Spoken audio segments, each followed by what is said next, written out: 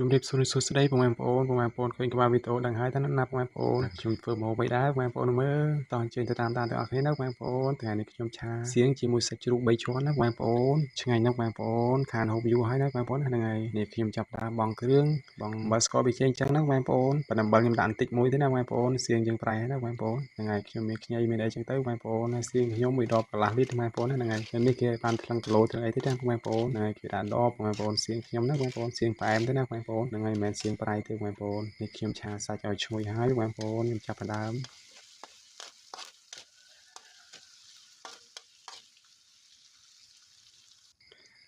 ដាក់ខ្ញីណាបងប្អូនដាក់ខ្ញីឲ្យឆាឲ្យដល់ឈ្ងុយខ្ញីទេណាបងប្អូនហ្នឹងហើយយើងដាក់សៀងចូលណាបងប្អូនមើលបងប្អូននេះខានហូបយើងយូរហើយបងប្អូនថ្ងៃនេះឆាហូបម្ដងណាបងប្អូនមើលឲ្យឈ្ងុយបងប្អូនអើយការនៅស្រុកស្រែចំការណាបងប្អូននៅទីទូចបងប្អូនអើយខ្ញុំធ្លាប់តែហូបសៀងឆាជាមួយពងទាបងប្អូនឆ្ងាញ់ណាស់បងប្អូនអើយនៅទីទូចនៅពីក្មេងៗបងប្អូនហូបអីក៏ឆ្ងាញ់ចឹងណាបងប្អូនឆៃបើប្រៃក៏ឆ្ងាញ់បងប្អូនជាមួយបាយណាបងប្អូនហ្នឹងហើយវិចខ្ចប់យកទៅទ្វាលគោកបងប្អូនតើបងប្អូនធ្លាប់ហូបអត់ឆ្ងាញ់ណាស់បងប្អូនអើយនៅពីក្មេងហូបអីក៏ឆ្ងាញ់ហើយសប្បាយរហូតបងប្អូនទៅទ្វាលគោទាំងក្រុមណាបងប្អូនជំនាញអនុស្សាវរីយ៍ល្អៗណាស់កាលពីក្មេងណាបងប្អូន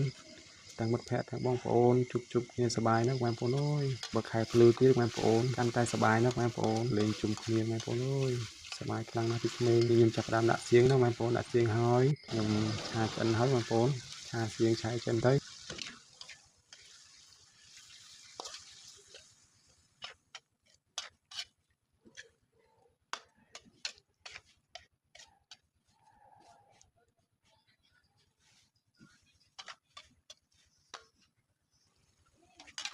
អានោះគឺដាក់ក្នុងផ្លាដាក់ឯណា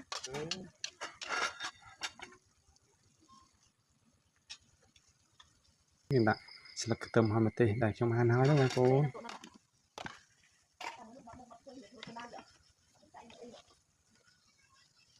នេះខ្ញុំដាក់ខ្ទឹមបំពងបន្តិចបងប្អូនណាហ្នឹងហើយវាឡើងឈ្ងុយណាបងប្អូនបំពងខ្ទឹមបំពងរួចរាល់ហើយបងប្អូនហ្នឹងហើយជាមួយសាច់ណាបងប្អូនហ្នឹងហើយនេះខ្ញុំដាក់ក្រៅណាបងប្អូនមកបាយជុំខ្ញុំដល់គ្នាបងប្អូននេះបងប្អូនចាក់លុយរាល់ហើយណាបងប្អូនហ្នឹងហើយគ្រឿងបន្លែខ្ញុំមានដូចត្រសក់បងប្អូនត្រសក់ហើយសាឡាត់ណាបងប្អូនហ្នឹងហើយមានពពីទៀតបងប្អូនឆ្ងាញ់ណាស់បងប្អូនអើយនេះដងមែនតើបងប្អូនអើយមើលនេះបងប្អូនបានឆាហើយធ្លាប់ធ្វើហូបហើយនៅបងប្អូនបើមិនទាន់បានឆាហូបទេចាំឆាហូបទាំងអស់គ្នាណាបងប្អូនឆ្ងាញ់ណាស់ខ្ញុំធ្លាប់ហូបឆាសៀងជាមួយពងទាណាបងប្អូនប៉ុន្តែជាមួយសាច់ជ្រូកខ្ញុំមិនដែលបានធ្លាប់ហូបទេបងប្អូនជាមួយសាច់ជ្រូក3ជាន់ឆ្ងាញ់ណាស់បងប្អូនបងប្អូនចង់ឆាជាមួយសាច់ជ្រូក3ជាន់បងប្អូនកុំឆាជាមួយសាច់សុទ្ធណាបងប្អូនណាហ្នឹងហើយជាមួយសាច់សុទ្ធអត់ឆ្ងាញ់ទេបងប្អូនបានតែសាច់វាខ្លាញ់ទេបងប្អូនណាឆ្ងាញ់អត់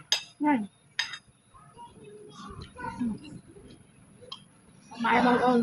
បាទសូមអរគុណច្រើនបងប្អូនសូមជួយបងប្អូនតាមដានទស្សនាវីដេអូក្រោយៗទៀតណាបងប្អូនបាទសូមអរគុណច្រើនសូមជម្រាបលា